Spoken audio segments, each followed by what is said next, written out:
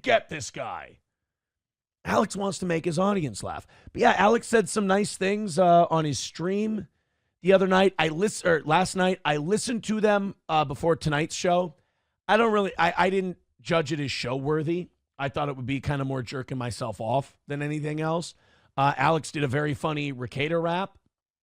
I thought it was good. I also watched a Pat Dixon clip talking about Gino. I didn't think that was really show worthy. I'm sorry, my lost interest. You're still getting your $20, but I just didn't think that was show worthy. But Alex has always been a real one. Alex has always been cool. When everything went down, Alex called me. Like Alex was doing Tim Pool. And when he was done doing Tim Pool's show, he gave me a call and just said, hey, how's everything going? It sounds like you're really going through it. It's good that you're being honest and not running away from it and admitting your mistakes and all that. Like he was always very encouraging of that. But I'll never forget that, no matter how many times, Alex and I first started talking to each other because I talked shit about a bit he did constructively, but I shit on it. And he didn't like me, and he came on the show, and he was a little defensive, and I was apprehensive, and we ended up, burying it and actually getting along. But I'll never forget that Alex Stein didn't have to call me, didn't have to give a shit. I'm nothing but content to him. And I understand that. We've used Alex for content before. We're not like buddy buddies.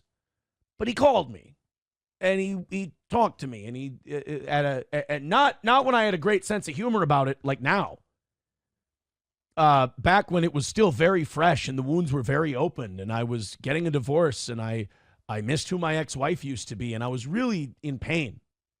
And he called me up, and he talked to me for a little bit, and that I'll never forget that. That was really cool of Alex. So when people, if people are like, oh, Alex was fucking goofing on you on his show, that's fine. That is more than okay. Because Alex has said more than enough nice things that he didn't have to say.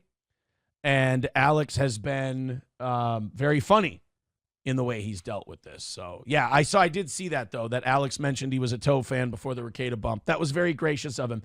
And, also, Alex liked April, too. Like, Alex genuinely liked April. And I know, and I don't think I'm telling any tales out of school here, Alex felt terrible about the turns that April took and how that all ended up for her. Alex, it wasn't like the rest of the internet. He was like, ha ha, look what happened, blah, blah, blah. Like, he genuinely liked her. And I think he was genuinely rooting for her. So I do think, Alex is, at his core, Alex is a really good guy, a really solid guy. Professor Tie-Dye with $1 on Big Money Wednesday. Says, Aaron, could the extra weight just be you not keeping the butt clean out and ready for the alpha wolf? Apparently, we made a little news last night with some of the leaks that came out. And by the way, I trust my source 100%. This is a guy I've spoken to before. I know some people are like, how do you know you weren't being gay-opped? How do you know? I mean, this would be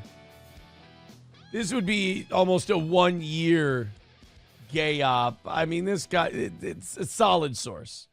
It's a solid vetted source, believe me. But it made some waves. It made some comments. But I will say this, not near as many as it would a few months ago. I think the world has moved on from him and all that stuff. I think the world has passed it by. The world is kind of done with it. They've kind of washed their hands and moved on to the next thing, which I think is actually kind of refreshing. I think that's kind of nice. That's encouraging. I think it shows growth in humanity. I think that not as many people really care about it. I don't think it's good if you're the subject. I don't think it's good to know that people are, because the worst thing people can be towards you is indifferent. Lord knows I've made myself a nice little show here, carved out a nice little audience by myself, by being the baby face to many and the heel to many. I just have a personality that draws people in. I'm happy to brag. And I've never cared, like whether it's radio or this. I've never cared if people watch the show out of love or they watch the show out of hate. A hate watcher watches more than a love watcher. A love watcher gives you more money. So there's a balance there. But even, I mean, the old school radio audience knows that when I was on radio, I was Satan to a lot of people in a community. So, like, when our A-logs and, like, when steel-toe derangement syndrome people get mad that I don't take them more seriously, you have to remember, I have a lot more experience and a lot more intimate experience with this stuff than any of the people you watch do. I had to live in the community. I had to go to the grocery stores. I had to go to the public events. I had to go to county fairs and city festivals and be face to face with people who hate my guts and who think I'm the goddamn devil. So you guys, saying some wacky shit on the internet, no offense, kind of bounces off. Because again, I have the advantage of real life. And that's always going to be scarier than the internet because, well, why are most of you on the internet? You're hiding from real life. I faced it head on. I mean, these are people that they're out for blood. I mean, these are people that in some cases want to hurt you. I see you in public. And even that stuff didn't bother me. It's just there's a unique mindset you have to do this. And the unique mindset that I have is, A, if someone were to punch me in the face or whatever, I can more than handle myself. And number two, I don't worry about that kind of shit until it actually happens. What's the point of worrying about it if it ain't happened yet? So that's why, in a way, I feel bad for the Patrick Meltons. I feel bad for his fans and all that because they get so frustrated when it comes to me. And from the outside in, I almost look at it and go, why does this seem worth it to you? Like, this seems to really upset you. And I seem to laugh it off and have fun with it because I have ample experience with way worse than you. You're kind of just like a parasite along for the ride. And I appreciate it. So I don't really know what they get out of it other than maybe it's people without dads. I know Patrick didn't have a good relationship with his parents. He was a bullied kid his whole life. So maybe this is like a dad thing. I don't know. Amateur psychologist here. And a lot of people who follow him, they don't seem like the brightest bulbs. And they also seem relatively damaged. So maybe there is like a abusive father thing. And they get to yell at me and play make-believe. And again, happy to do it. But I don't really know what you're getting out of it. That's all. So Johnny's going to be in a half hour later. Look, Johnny's not in good health. Johnny's doing what he can when he can, and you have to make certain accommodations for that. I think it's only fair. So I was hoping Johnny would join me right off the top today because we do have a lot of interesting stuff to get to. Ugh. Nick the Milkman.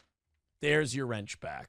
Yeah, as soon as an obsessive ex-boyfriend stopped stalking my channel and removing moderators, we were able to get that all figured out.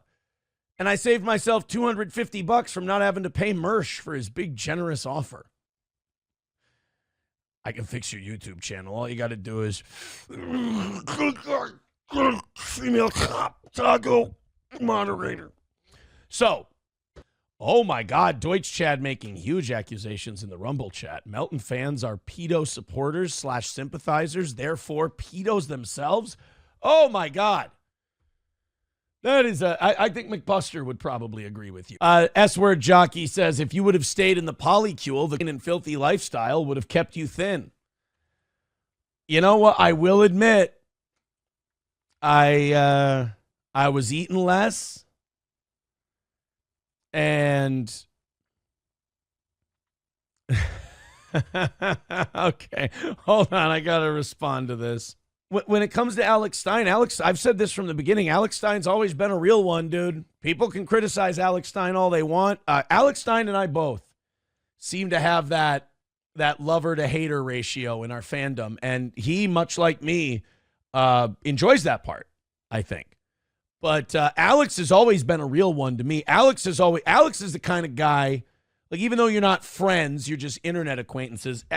When it comes to internet people, Alex is the kind of guy you want in your corner, because Alex is one of those guys where if you just listen to him, if you just hear him out, he'll be a good dude.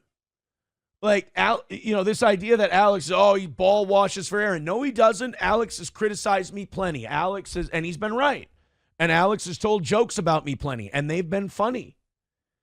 You know, it's not necessarily what people say about you that can make or break like a whatever you want to call it, like how you see each other or get along. It's how you take the drubbing. It's how you take being goofed on. Again, if your message is none of this is real, then when they're talking shit about you, they just want to make their audience laugh. They're not thinking about your feelings, nor should they. That's how this is supposed to go. So like Alex will take little steel toe shots every once in a while, and I listen to them and I laugh at them. I think they're funny. Because I know Alex isn't like, I'm going to